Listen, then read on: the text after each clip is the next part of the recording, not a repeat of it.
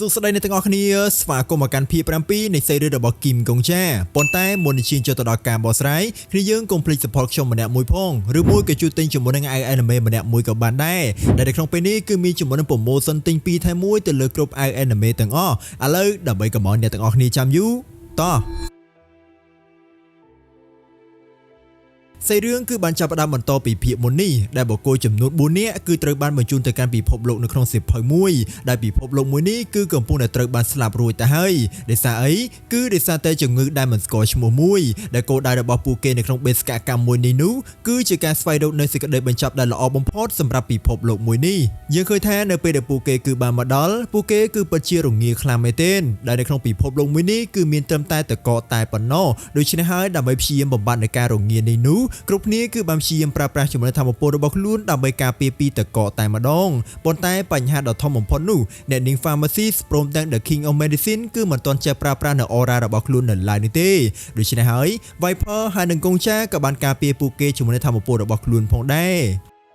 บนตัวปีการฟื้นดำน้าเอามวยสันตุนูปูเก้กับบานไปแต่เคยในสะสมมวยจำนวนได้ในปีดับบานเคยมีพลีมปูเก้กับบานเตยสังเกตเวียแต่มาดองได้บนตัวปีการสังเกตไฮนูปูเก้คือบานสวรรค์โยนเรื่องดอยจำไหลคลางไม่เต้นได้สะสมตั้งอันนี้คือเตยบานสลับได้ซาแต่จำเงยได้มันสกอชมมวยแต่เรื่องดอยจำไหลบ่มพ้นนูบนตัวจีสะสมตั้งอันนี้คือกำปูนันในจมขณีกระดอยปนแต่ระยะปีในการสลับในสะสมหนีมือในมวยคือเปิดจีขอกขณีช่างคลางไม่เต้นได้ส่งไปในการสลับโชว์แบบนี้ก็เวียจำไหลพงได้โดยชนะเฮ้ยปูเก้กับบันซอนมาแท้สะสมตั้งอันนี้คือประกอบจีมีนายโยมาดะเนอไอตินิเชียมันแค้นยังเคยแท้ในขนมดอกไปนู่ปูเก้กับบันลือในสำเร็จระบบบโกจำนวนปีเนี่ยได้ปูเก้คือจิมเมปะกับบันโกนจำนวนปีเซ็งนี่ได้ตามตะปีสำเร็จได้ตระบันบันใจมองนู้ปูเก้คือกำปนในชลูจำนวนในคณีพงได้ตัวสนาจำนวนในการชลูคณีระเวียนบโกได้มันสกอจำนวนปีเนี่ยนี่กรุ๊ปนี้คือเปิดจิมเมการชงอคลามไม่เต้นแต่หากได้บันจิปูเก้คือบันชลูคณีโดยจำนวนในโกนคเมนเชิงได้ส่งไปในการชบังคณีระบบปูเก้ก็โดยจำนวนในโกนคเมดึกนี้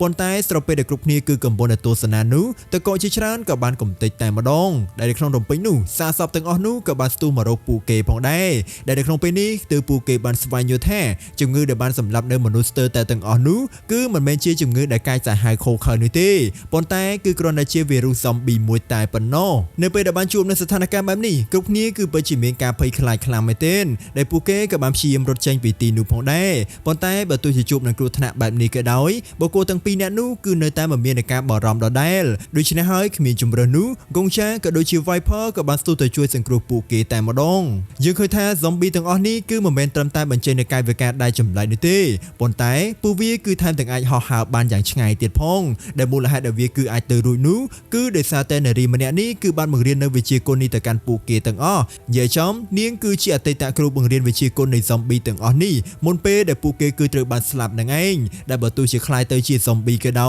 วิชีกลบปูเกคือเวียนเนอร์เรซาดอได้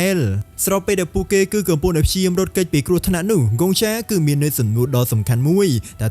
ปูเกคือไอรถพอปีสถานการณ์นี้ตามระเบียบนาตื้อได้ในรีมันนี้คือบานเป็นโยปรับกรบนี้แท้ดำไปบรรชมในซอมบี้ต่างอันนี้เวียคือเปิดชิงเงสรูคลางไม่เต้นได้ปูเกคือกรณีรงจำในไงเรียตายปนนอในไปดับบันลือแบบนี้กงแช่คือบานสำหรับจัดบอลในรีต่างปีเนี้ยตื้อขังเลอตายมาดองได้กวนคือบานสำหรับจัดดอกเชนได้ระบอกลุนพงได้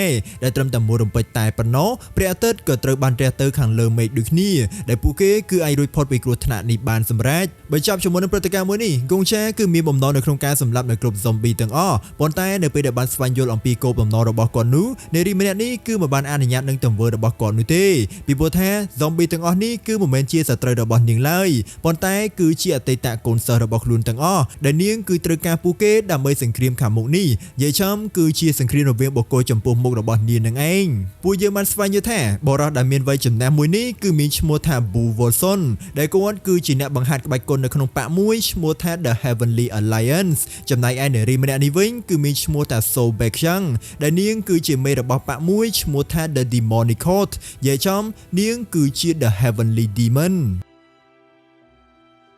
ពួកយើងបានស្វែងយល់ថាប៉ារបស់ពួកគេទាំងពីរគឺពិតជាមិនត្រូវគ្នានោះទេដែលពួកគេគឺតែងតែចង់កំទេចគ្នាជានិច្ចប៉ុន្តែដោយសារតែជំងឺដែលមិនស្គាល់ឈ្មោះនេះពួកគេគឺបានបាត់បង់នូវសមាជិកនៅក្នុងប៉ារបស់ខ្លួនទាំងអស់បានន័យថាសង្គ្រាមរបស់ពួកគេក៏វាមិនអាចទៅរួចផងដែរដែលបានលើនៅការនិយាយបែបនេះហ្គងចាគឺពិតជាឆ្ងល់ខ្លាំងមែនទែនពីព្រោះថាពិភពលោកទាំងមូលគឺត្រូវបានស្លាប់ស្ទើរតែទាំងអស់រួចទៅហើយដូច្នេះហេតុអីទៅបានជាពួកគេគឺនៅតែខ្វាយខ្វល់អំពីសង្គ្រាមរវាងគ្នាបែបនេះយើងឃើញថានៅក្នុងរំពេញនោះពួកគេក៏បានចាប់ផ្ដើមឆ្លោះគ្នាសារជាថ្មីដែលពួកគេគឺបានចាប់ផ្ដើមច្បាំងគ្នាបន្តទៀតផងដែរដែលចំពោះមនុស្សធម្មតានោះវាគឺពិតជាគួរឲ្យអស់សំណើចខ្លាំងមែនទែនប៉ុន្តែចំពោះបុគ្គលដែលចេះជាមនុស្សវិជ្ជាគុណវិញវាគឺមិនមែនបែបហ្នឹងឡើយដែលពួកគេទាំងពីរគឺបានប្រើប្រាស់នៅវិជ្ជាគុណដែលពិតជាពិសេសខ្លាំងមែនទែនបន្ទាប់ពីការច្បាំងគ្នាអស់មួយរយៈនោះ The King of Medicine គឺមិនអាចរងចាំបានទៀតនោះទេដែលគាត់ក៏បានបន្ទោសឲ្យពួកគេផងដែរដូច្នេះហើយគ្មានជំរឿននោះពួកគេក៏បាននាំគ្រប់គ្នាទៅកាន់កន្លែងស្នាក់នៅរបស់ខ្លួននៅពេលដែលគ្រប់គ្នាគឺបានទៅដល់ពួកគេទាំងពីរគឺមាននៅសំណើដ៏ចម្លែកមួយដែលពួកគេគឺមិនអាចធ្វើដំណើរចូលទៅខាងក្នុងដោយខ្លួនឯងបាននោះទេ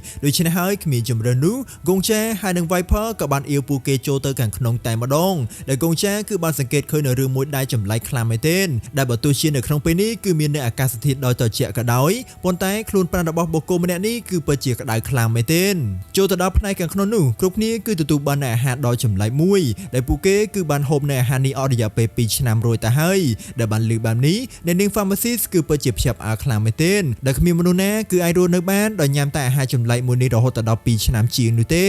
េនៅពេលដែលបានលើនៅស្ថានភាពដ៏កំសត់មួយនេះ The King of Medicine ក៏បានសម្រេចចិត្តចម្អិននៅម្ហូបជាច្រើនមុខតែម្ដងដែលគាត់គឺបានប្រើប្រាស់នៅគ្រឿងផ្សំដែលគាត់បានយកមកតាមខ្លួនមុនពេលដែលចូលរួមនៅក្នុងបេសកកម្មមួយនេះដែលបន្ទាប់ពីការញ៉ាំនៅអាហារទាំងអស់នេះនោះគ្រប់គ្នាគឺពិតជាមានការភ្ញាក់ផ្អើលខ្លាំងមែនទែនពីព្រោះថាវាគឺពិតជាមានរសជាតិមិនធម្មតាឡើយបន្ទាប់ពីការស្រស់ស្រូបនៅអាហារមួយនេះ Baekhyun ក៏បានសន្មតថាបុគ្គលទាំង4នាក់នេះគឺមិនមែនមកពីទីនេះឡើយដែលពួកគេគឺប្រកាសជាធ្វើដំណើរមកពីទីឆ្ងាយជាមិនខានដូច្នេះហើយនៅក្នុងពេលនេះនាងគឺមាននៅសំណើតែមួយទៅកាន់ពួកគេតែប៉ុណ្ណោះតើពួកគេគឺអាចស្វែងរកនៅថ្នាំព្យាបាលនៃវីរុស zombie នេះបានដែរឬទេនៅពេលដែលបានលើនៅសំណួរមួយនេះគ្រប់គ្នាគឺបានឆ្លើយប្រាប់ថាមិនទាន់អាចឡើយប៉ុន្តែជាមួយនឹងទេពកោសល្យនៃគ្រូពេទ្យចំណានទាំងពីរនាក់នេះពួកគេគឺប្រកាសជាអាចសម្រេចជាមិនខានដូច្នេះហើយនៅពេលដែលបានលើបែបនេះ Baekhyun ក៏ដូចជា Volson ក៏បានសម្រេចចិត្តចូលទៅខាងក្នុងតែម្ដងដែលចាក់ចេញមកវិញពួកគេគឺបានលីនៅប្រអប់ដ៏ធំមួយដែលនៅក្នុងប្រអប់មួយនេះគឺជាសាកសពរបស់ zombie មួយផងដែរ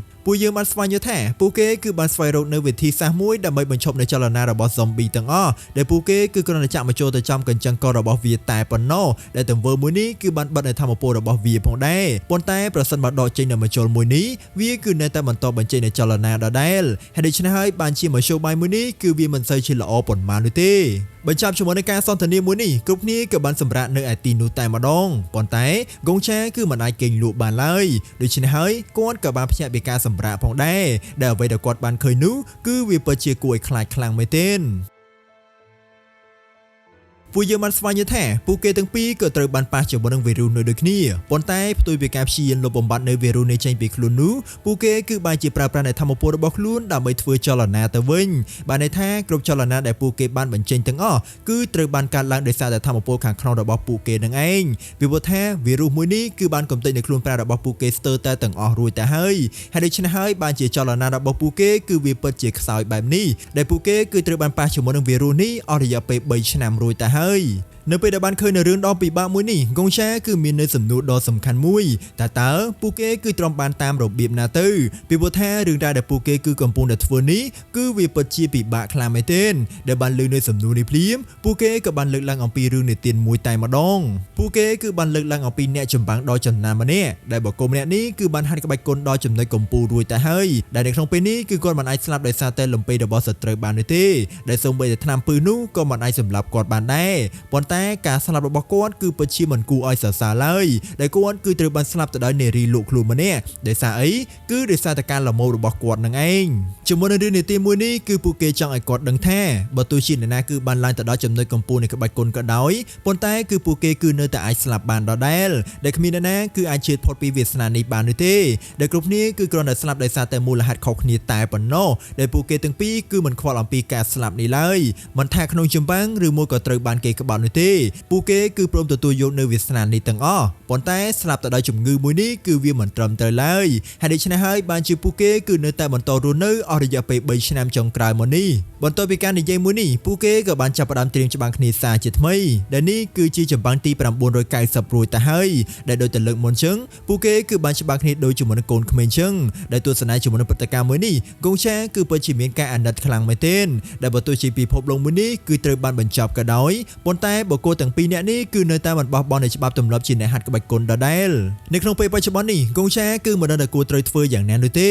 ពីព្រោះថាបើទោះជាយ៉ាងណាក៏ដោយពួកគេទាំងពីរគឺនៅតែបន្តច្បាំងគ្នាដដែលដែលនេះគឺជាច្បាប់ទម្លាប់នៃបករបស់ពួកគេទាំងពីរដែលបញ្ឈប់ជាមួយនឹងចម្បាំងមួយនេះគឺជាការមើលងាយមួយដែលពិតជាមិនសមស្របនោះទេដូច្នេះហើយកងចាក៏បានសន្យាថានឹងផ្ដល់ជាមួយនឹងការបញ្ចប់មួយដែលស័ក្តិសមសម្រាប់ពួកគេបំផុត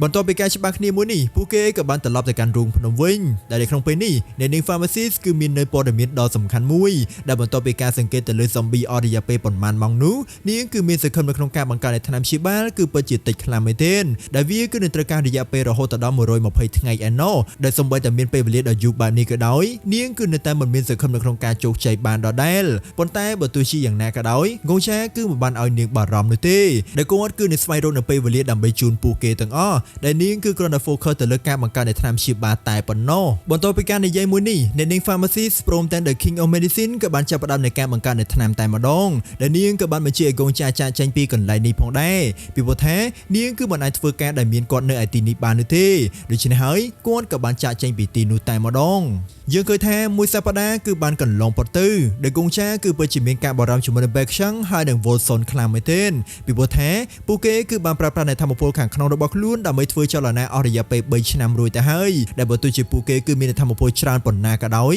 យពួកគេគឺប្រកាសជាអស់វាជាមិនខានដែលតាមការប៉ាន់ស្មានរបស់កងចានោះពួកគេគឺមានពេលវេលាត្រឹមតែ2ថ្ងៃទៀតតែប៉ុណ្ណោះនៅពេលដែលបានលើនៅការប៉ាន់ស្មានមួយនេះ Baekhyun គឺពិតជាមានការភ្ញាក់ផ្អើលខ្លាំងមែនទែនដែលកងចាគឺអាចប៉ាន់ស្មាននៅចំណុចធម៌ពលដែលនៅសល់របស់នាងបែបនេះប៉ុន្តែបើទោះជាយ៉ាងណាក៏ដោយគាត់គឺមិនគួរណាបារម្ភអំពីនាងនោះទេដែលនាងគឺមិនខ្លាចជាមួយនឹងការស្លាប់ឡើយដែលអ្វីដែលនាងគឺខ្លាចបំផុតនោះគឺជាការស្លាប់ដែលគ្មានអត្ថន័យតែប៉ុណ្ណោះនៅយប់នោះស្របពេលដែលគ្រប់គ្នាគឺកំពុងតែសម្រាកនោះ Volson គឺពិតជាមានការឈឺចាប់ខ្លាំងមែនទែនដែលគាត់ក៏បាននិយាយប្រាប់ទៅកាន់នាងផងដែរថានៅក្នុងពេលនេះគាត់គឺមិនអាចបន្តទៅមុខបានទៀតនោះទេស្អែកឡើងបន្ទាប់ពីការពិនិត្យរួចហើយនោះអ្នកនាង Pharmacist គឺបានលើកឡើងថាគាត់គឺមិនអាចបន្តរស់នៅបានទៀតឡើយដែលនៅពេលដែលបានឮបែបនេះ Baekhyun គឺពិតជាមានការខឹងសម្បារខ្លាំងមែនទែនពីព្រោះថាគាត់គឺបានសន្យាថានឹងច្បាំងគ្នាជាមួយនឹងនាងរហូតដល់ដង្ហើមចុងក្រោយរបស់ខ្លួនប៉ុន្តែនៅក្នុងពេលនេះគាត់គឺត្រូវបានស្លាប់ដោយមិនអាចបំពេញនូវការសន្យានេះបានឡើយជាមួយនឹងដង្ហើមចុងក្រោយរបស់ខ្លួននោះ Volson គឺមានជំនឿសំណាដ៏ធំមួយដើម្បីសុំទៅកាន់នាងដែលគាត់គឺចង់ស្លាប់ដោយកំដាប់ដៃរបស់នាងនឹងឯងប៉ុន្តែបើទោះជាយកព្រមនឹងសំណើនេះក៏ដោយនាងគឺនៅតែមិនអាចបំពេញវាបានដដែលផ្ទុយទៅវិញគាត់ក៏ត្រូវបានស្លាប់ទៅដោយវីរុសនេះទៅវិញជាមួយនឹងការស្លាប់មួយនេះជីវិតរបស់នាងគឺពិតជាទទេស្អាតខ្លាំងមែនទែនដែលក្នុងជីវិតរបស់នាងគឺមានត្រឹមតែក្បាច់គុណតែប៉ុណ្ណោះប៉ុន្តែជាមួយនឹងការស្លាប់របស់គាត់នោះក្បាច់គុណទាំងអស់នេះគឺគ្មាននៃអត្ថន័យទៀតនោះទេយើងឃើញថានៅក្នុងរំពេញនោះនាងក៏បានសម្រេចចិត្តទៅស្រូបយកនៅធម៌ពលរបស់គាត់តែម្ដងដែលជាលទ្ធផលនាងក៏បាត់បង់នៅគ្រប់គ្រងផងដែរដែលជួបជាមួយនឹងស្ថានភាពមួយនេះគ្រប់គ្នាក៏បានរត់ចេញពីទីនោះទៅប៉ុន្តែបើទោះជាព្យាយាមរត់ប៉ុណ្ណាក៏ដោយពួកគេគឺនៅតែមិនអាចសម្រេចបានដដែលដែលនៅក្នុងពេលនោះគងចាក៏ត្រូវបានស្លាប់ដូចគ្នាបានន័យថាគាត់គឺនឹងបន្ថយពេលវេលារយៈពេល24ម៉ោងត្រឡប់មកវិញយើងឃើញថាមុនពេលដែលគាត់គឺបានបន្ថយពេលវេលាថយក្រោយនោះគាត់គឺត្រូវតែជ្រើសរើសនៅ skill មួយដើម្បីចម្លងពីឃាតករដែលបានសម្លាប់គាត់ជាមុនសិនដែលគាត់គឺមានចំណាប់អារម្មណ៍ទៅលើ skill តែមួយតែប៉ុណ្ណោះដែលជាមួយនឹងធម៌ពលនៃ skill មួយនេះគាត់គឺនឹងអាចប្រើប្រាស់នៅក្បាច់គុណនៃបរិបទ Baekhyun ផងដែរមុនពេលដែលគាត់គឺបានជ្រើសរើសយកនៅ skill មួយនេះ The Sword Emperor គឺបានអង្គចាគិតឲ្យបានច្បាស់ជាមុនសិនដែលគាត់ក៏ជាគ្រូបង្រៀនក្បាច់គុណម្នាក់ផងដែរដែលបើសិនមកគេចង់នោះគាត់គឺអាចបង្រៀននៅក្បាច់គុណពិសេសរបស់ខ្លួនប៉ុន្តែបើទោះជាបានឃើញនៅក្បាច់គុណដ៏ពិសេសប៉ុណ្ណាក៏ដោយគងចាគឺនៅតែបដិសេធដដែលដែលគាត់គឺនឹងរៀនយកនៅវិជ្ជាគុណរបស់ The Heavenly Demon ដែលផ្ទាល់តែម្ដងបន្ទាប់ពីការជ្រើសរើសយកនៅ skill ហើយនោះគងចាក៏បានស្លាប់ចំនួន6ដងបន្ថែមទៅទៀតដើម្បីអីគឺដើម្បីបន្ថយពេលវេលាទៅចំជាមួយនឹងថ្ងៃដែលពួកគេបានធ្វើដំណើរមកដល់ពិភពលោកនេះជាលើកដំបូងដែលយើងឃើញថាគ្រប់យ៉ាងគឺបានកើតឡើងដូចទៅលើកមុនជឹងប៉ុន្តែផ្ទុយពីលើកមុននោះនៅពេលដែលបានឃើញជាមួយនឹង Baekhyun ភ្លាមគងចាក៏បានស្ទុះទៅលុតចង្គង់ចំពោះមុខនាងភ្លាមតែ ម្ដងដែលគាត់គឺបានកុហកនាងថាខ្លួនគឺជាអ្នកដំណើរមកពីទីឆ្ងាយម្នាក់ដែលមូលហេតុគាត់គឺបានធ្វើដំណើរមកកាន់ទីនេះគឺមានតែហេតុផលតែមួយតែប៉ុណ្ណោះនោះគឺជាការរៀននៅវិជ្ជាគុណពីនាងនឹងឯងដែលគាត់គឺបានស្នើសុំឲ្យនាងខ្លាយទៅជាគ្រូបង្រៀនវិជ្ជាគុណរបស់ខ្លួនផងដែរប៉ុន្តែមកដល់ត្រឹមនេះហើយភាគ7នៃសេរីរបស់គីមយ៉ុងចាក៏ត្រូវបានបញ្ចប់ដែលបើសិនបើគ្នាយើងចង់ support ជាមួយនឹងខ្ញុំផ្ទាល់គឺគ្នាយើងអាចធ្វើបានតាមរយៈ QR code នេះបានឬមួយក៏គ្នាយើងអាចជួយទិញជាមួយនឹង anime ម្នាក់មួយក៏បានដែរ I wanna be the greatest. Everybody on the fake shit. I look around and feel like everybody is the fakest. I make this every day and I'm impatient, hoping one day